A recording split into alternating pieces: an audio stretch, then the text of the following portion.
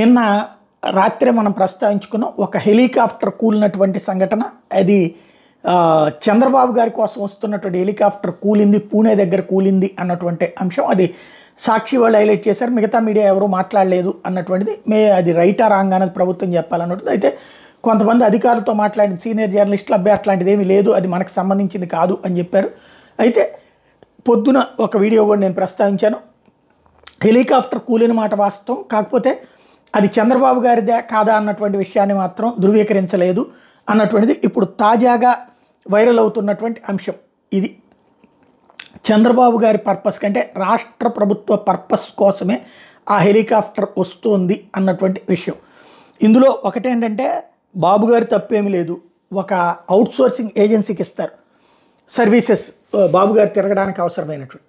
ఆ అవుట్సోర్సింగ్ వాళ్ళు డబ్బులు మిగిల్చుకోవడం కోసం అని చెప్పేసి ఏదో పనికి మాలినటువంటి హెలికాప్టర్ని బుక్ చేసినట్టున్నారు.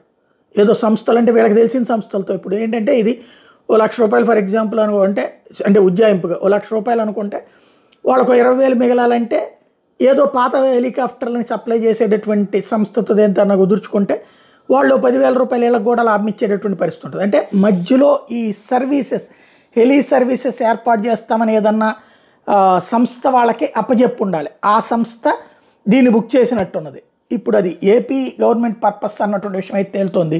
దీని వెనకాల ఉన్నటువంటిది, అంటే అదే విమానం, అదే హెలికాప్టర్ కనుక వచ్చుంటే దాంట్లో బాబు గారు ఉంటే ఎట్లా ఉండేది పరిస్థితి, ఎంత ప్రమాదకరం. ఇక్కడ బాబు గారిని ప్రేమించే వాళ్ళే, బాబు గారిని అభిమానించే వాళ్ళే బాబు గారి మంచి కోసమే చూడాలి వాళ్ళు. ఇట్లాంటి తప్పు ఇది కనుక నిజం జరుగుంటే ఎంత ప్రమాదం అయి ఉండేది, ఒకసారి ఆలోచించాల్సి ఉంది.